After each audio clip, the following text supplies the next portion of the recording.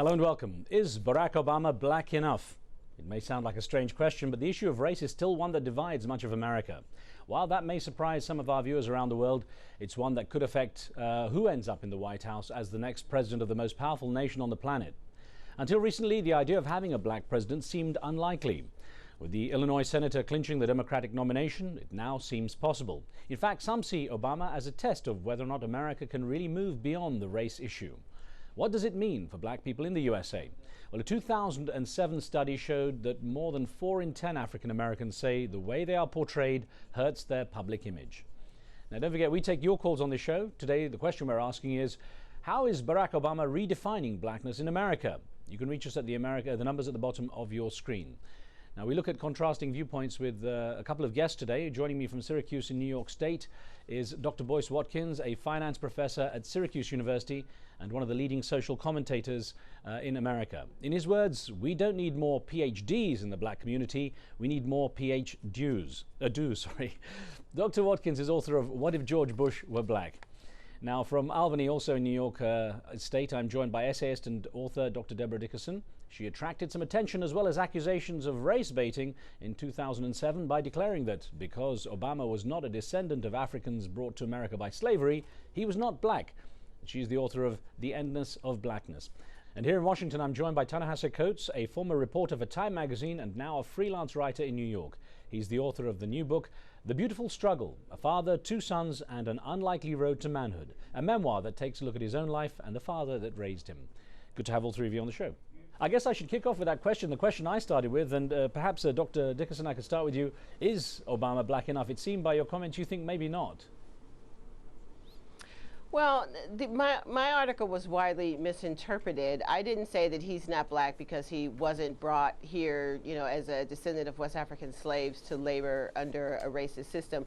My critique is that the term black is constructed so as to exclude people like Barack Obama who don't fit into that category. So my critique is of the construction of blackness, not of Barack Obama or black people who don't fit the paradigm. But that's what it's been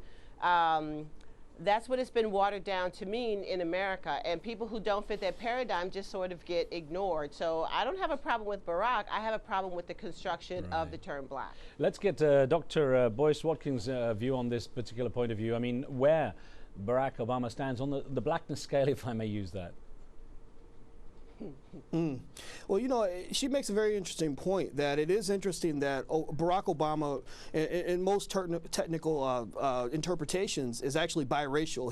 He can be called white just as easily as he can be called black, in my opinion. But the fact that the nation did choose to call him black is very interesting. But also the fact that he calls himself black is interesting. And I think that it was a challenging political move, because the question of whether or not Barack Obama is black enough to be president, I think that's already been decided by the African American community. I think if you look at the support, most people have decided that he's black enough. The real question that has begun to emerge with the right-wing attacks on Obama is he too black to be president? And when I say that, I'm referring to the fact that Obama, in contrast to his opponents, has been forced and asked to denounce many highly respected members of the black community. He was pretty much pushed into leaving his church for the past 20 years. He was pushed to denounce his pastor for the past 20 years. He was pushed to denounce Louis Farrakhan, who is a very controversial figure in the American community. But what's interesting is that all three of those individuals and institutions that Obama has been forced to denounce by the right wing are individuals and institutions that are highly respected in the black community, even if you don't agree with them. Well, let's get to some of those. We'll get to some of those pressures that might have pushed him that way a little bit later in the show. But let me bring in here in Washington, Ta-Nehisi Coates. I've got to ask you about how Barack Obama is seen by the majority, in your opinion, the majority of the black community in America. Do they feel that he's a true representative of what they feel? One of the frequent jokes that are made about African American amongst African Americans is that we can't unite around anything. Towards the end of the primary, Barack Obama was getting 90% of African American voters. To get 90% of African Americans doing anything short of the electric slide, I think it's quite a feat for any black person. So I think all questions about how black he is are pretty much settled by that. I mean, black people argue about anything, but I live in Harlem. I mean, you bring up Barack Obama and everybody gets to smiling. Right. Well, let's get a question we got by... Oh, actually, we've got callers on the line, so let's get Gerard in the UK with a question. Go ahead, Gerard. Good evening, Riz. First-time caller. I'm a black man here, and I've been living in the UK now for almost 2 years. And I take it as an insult to question whether Obama is black enough. Me, I come from a mixed-race background. I mean, I have whites in my family, just a diverse. And I think one thing that we have to really ask ourselves, is he qualified? As the leader of the United States, he's going to be seen as a global president. And just to question his blackness, yes, I do want to question him. Is he going to show compassion for the blacks in terms of housing, in terms of economics, in terms of education? Because, I mean, these are issues that goes across the board, and it's not just affecting black people. And as the president, he's going to have to be a true leader to show leadership. Gerard, you're right, and it's a very important point you make, and it's interesting we're having to actually even discuss this, and it's one of the questions I raise in this debate is, should we even have to discuss this? And I ask Dr. Dickerson, if I may, you actually described Katrina as the black 9/11. Again, it comes down to what... Absolutely. Go ahead. So your views on what Gerard was saying, that we shouldn't even necessarily have to debate this. It's all about people and not necessarily their color. Well, black people, even though obviously black is a term that I critique quite mercilessly, but people of African descent in America are not asking the question, is he black enough, or can he govern? The question that black people are asking is, can he do what we need him to do? There's no group in America that takes its votes as seriously as black people, especially black people over the age of about 45. And so on the one hand, you've got blacks saying on polls how much they respect Barack Obama, and we do.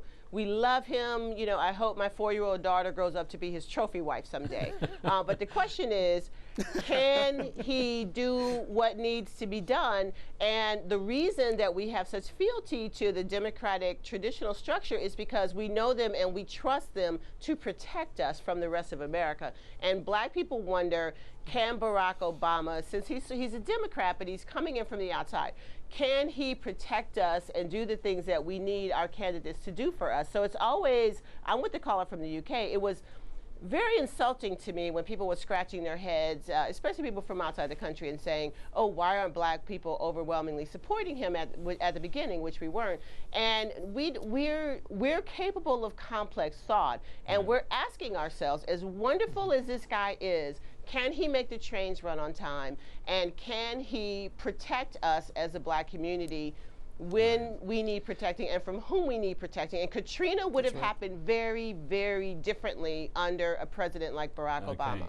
And I should vindicate myself, by the way. A very clear signal of where we stand. I vindicate myself here, by the way. Katrina made it very clear. I've asked my friends, and I used both the term African American and black, so I don't mean any harm if anyone takes any offense, I should point out. We also have on the line... It's very complicated. It is.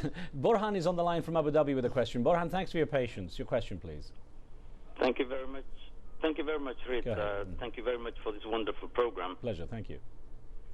I think Barack Obama is 50-50 because he comes from his mother is white and his father is black. But that's not important. What's important that if he's elected as the President of the United States, he should act as the President of the United States of America, not someone who's either black or white or... Right. People shouldn't be thinking of that. I think America has arrived now that they are, electing possibly electing a black man as the President of the United States. I think so many countries have to look at America as a good example. Borhan, I want to put this to Dr. Watkins. To what extent is the media to blame for creating these divides? Because it's often in the media that these divisions seem to occur, that people want labels, they want to be able to pin them to one side or the other, and I guess to some degree create news. Well, let's be clear. The biggest problem in America, in my opinion, is not necessarily racism anymore. The biggest problem in America is racial inequality, which is a product of racism. So racism has led to the social and economic exclusion of a group of people for the past 400 years, and you're going to have social toxins that result from that. So you've got these huge racial imbalances, or these imbalances economically, educationally, and otherwise, that run strongly along racial lines. Now, one of the artifacts of that racial inequality is the fact that most American institutions, academic, corporate, and media, are controlled by people who are not black. And so when you talk about this image problem of the black male, which I've been a black male for quite a while now, so I can speak to some of this, this image problem of the black male that's transmitted to the world through the media, a lot of that is driven by the decisions of the media, which have been affected by this 400-year addiction to racism that America has established. The direction that they point that camera is affected by that racism. So the reality is that much of the image and the perception that black men have around the world is fundamentally flawed. The easiest way to get on television if you are a black man is to kill someone, to become an athlete, or to become an entertainer. Right. But the thing is, we have doctors and lawyers and scholars like every other community, but that isn't as more readily reflected in mainstream media. Well, let's get on the line from Uganda. Great to hear from Uganda. Rudo's on the line with a question. Go ahead. I know I was next. Go ahead, Rudo. Oh, sorry. Is that Ali? I'm sorry, Ali. Well, let's get a question from Ali in London first, then.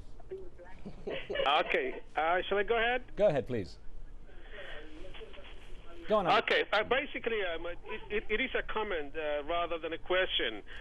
I'm looking from the perspective of non-black American. In my view, Obama is not. He's not black enough. And a classic example is his speech recently to the group of what do you call it, Israeli proactive group, that he said that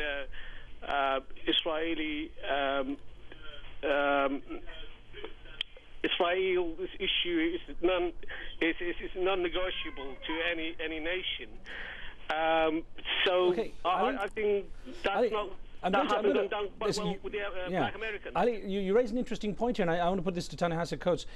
To what degree are we hearing a different side to Barack Obama? Because obviously he's in the race to be president. Mm-hmm. How much are we going to hear a different tone from him? He's having to take certain sides or take on certain issues with a position that obviously in his view will get him elected. How different do you think he'll be if he gets elected? I think he'll be about as different as any other person running for president would be. I mean, there's obviously a stance that you take when you're running in the primary, and there's a stance that you take when you're running in the general election. So I would expect his stance to change.